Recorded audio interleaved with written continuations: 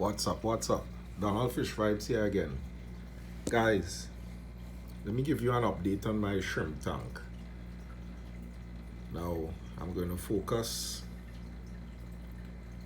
really on how I started the shrimp rearing and what I've learned,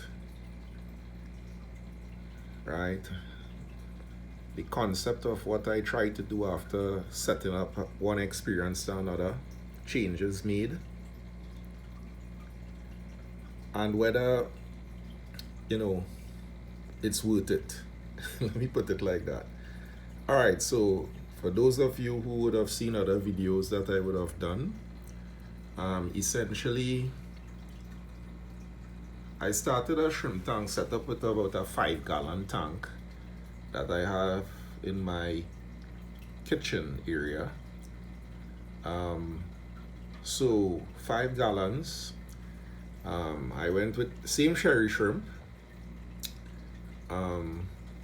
different colors. When I bought those, the intention was to go with red cherry shrimp only. But every time I went in the pet shop, the guy there would keep giving me these like brown ones, the basic color ones. So like I will buy 5 cherry shrimp, you would give me one basic brown one. And the thing about that is, those more common ones, albeit cherry shrimp are generally common, but those brown ones, for some reason, they are very active breeders. So sometimes you find you'll see so many brown ones all over the tank, and you'll be like, where did all these brown shrimp come from? Right? You would have about 10 red ones, you would see some red babies, and then you'll have one brown one and you'll see so many brown babies. So I guess that's standard. I guess from a quality perspective, it may be easier for they to reproduce easier. But having said that, managing the 5-gallon tank setup, as much as these shrimp are very small, and the water parameters, once you're doing it properly, I mean, you're not overfeeding, you don't have to make too much changes to the water. You can change the water once per week or once per fortnight. I do a normal of 5-10% change, but for some reason I'm just not seeing the shrimp in that small environment. Now, having said that, the shrimp could be there, right? It could be there. That setup was a lot more rocks involved. It had a lot of hiding spaces. I was actually thinking that what would have happened ultimately, I would have gotten like hundreds, if not thousands, of shrimp in that setup, and they would have been out and about. But that didn't work out that way. I wasn't seeing the shrimp. At one point, while I wasn't seeing dead shrimp, which means I'm still not sure if those shrimp are there actually. But I tend not to believe that. I tend to believe that they died. I want to believe they died, but I was watching Mark Shrimp Tank. Mark's recently on a video he did, I think 2 days ago or so, and he actually scrapped down a tank where he said didn't do too well, and he had lots of shrimp. Well, no, he said he had about 10 shrimp there, and in the end he counted about 6. I mean, even when I was looking at this video, it seemed as if I suspect these 6 mature ones that would have made babies is not the same 6 that he found. He didn't get into much details on that, but I think he took comfort that if he had 10, and after he dismantled the entire rock system, he found 6, I mean, he saw that as success. I myself, while the pet shop, and even I asked Mark one time, how long does a shrimp can they live? He said about 2 years if in a good environment. I I must say my success rate with the shrimp, especially the first generation. I call what I bought at the pet shop the first generation.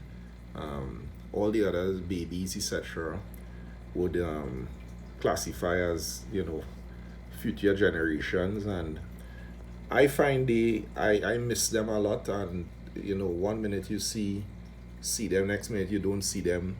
I've seen some dead over time. So I believe that they are not always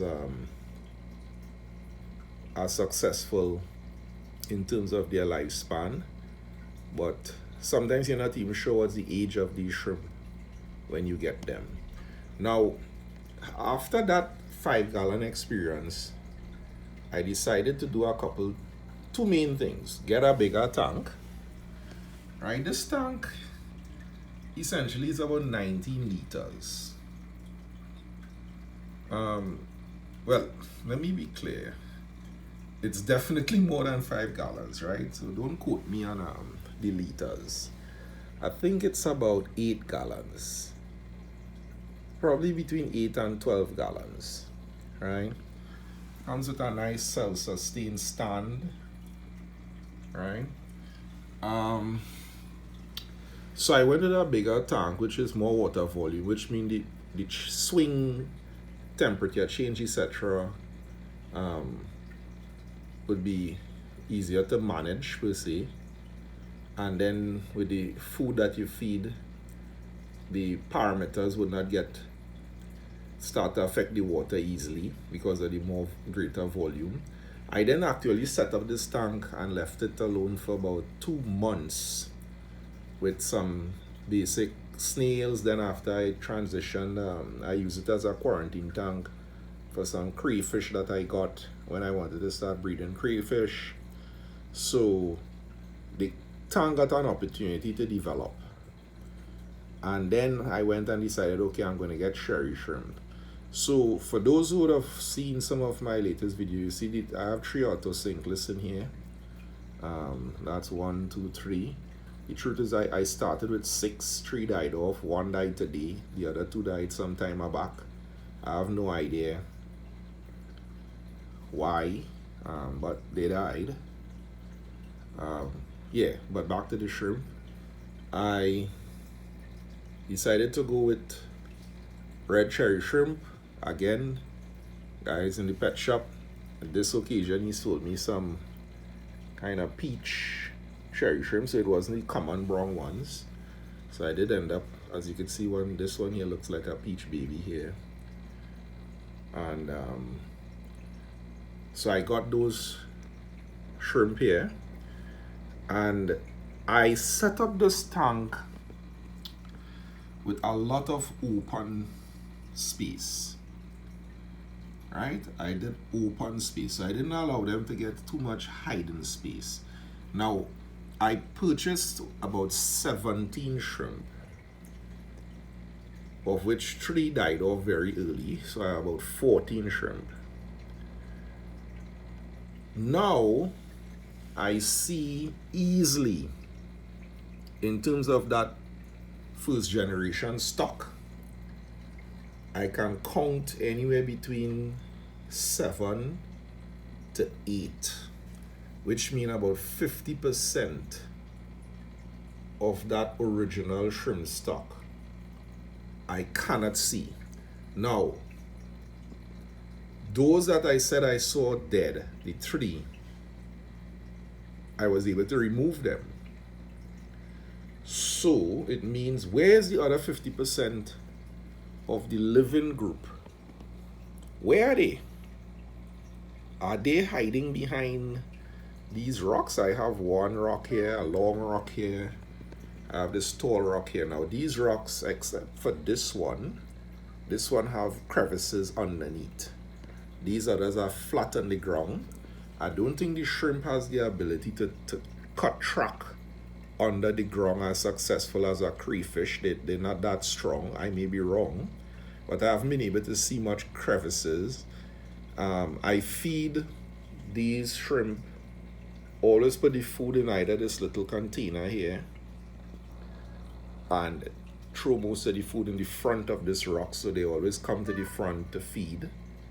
That was done deliberately also to be able to get to ensure that I could see the stock. So the truth is, I mean, 50% of the shrimp has gone now. Having said that, I don't know what the age of those shrimp were, right? I don't know how old they were.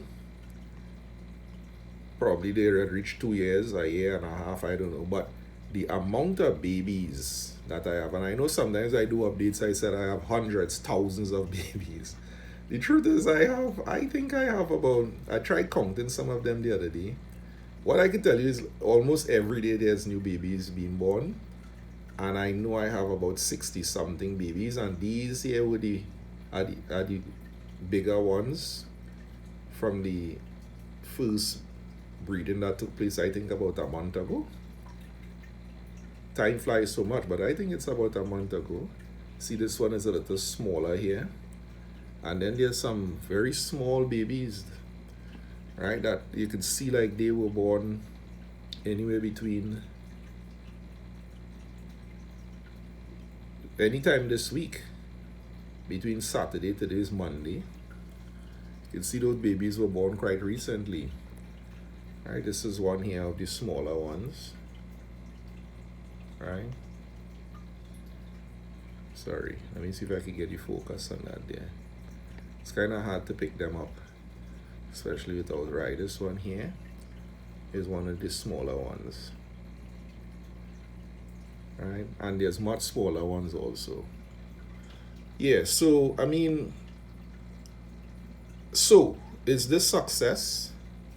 Is this success? What I heard Mark say too is that shrimp that, you know, born in the aquarium setup are more resilient than those that you would have brought in the first generation ones. So I'm going to be monitoring these shrimp. The only thing I think I'm going to do different to this tank is probably add some nice blue cherry shrimps, some blue ones, and I think some black ones if I could get those that look darker. And so it gives it a nice mix. And see how they grow, but I wouldn't get more than 5 of them. So it gives a color variation, gives the tank a little more variety. So, you know, in a nutshell, would I say this shrimp setup is a success? Most definitely it is. Would I say it's an exciting hobby to get into when compared to your fish? For me, I would say no. Right? I mean, yes, the shrimp are interesting, but I guess that has to be your thing. I did try to order some different variety of shrimp. For those of you who know that I wasn't successful getting those imported. I hope the courier company took them in and is taking care of them, by the way. From Miami to Trinidad, never got to come in. So, and the stock quality of shrimp I see in Trinidad here is limited. But having said that, I would say that this hobby is something one should consider. As I said, it gives you variety in your hobby. So I would support getting into it, but you know, unless you set up a scape that there could be a symbiotic relationship between your shrimp and some other fish and other things, which means you give them lots of hiding space. I guess that will give you a nice mix. I've seen some people do that. I myself am unable to grow plants for some reason. But having said that, that's my take, guys. So guys, it was nice giving you this update. Sure, someone may have learned something along the way, who knows? And until next time, this is Donald Fish Vibes, over and out. Ciao.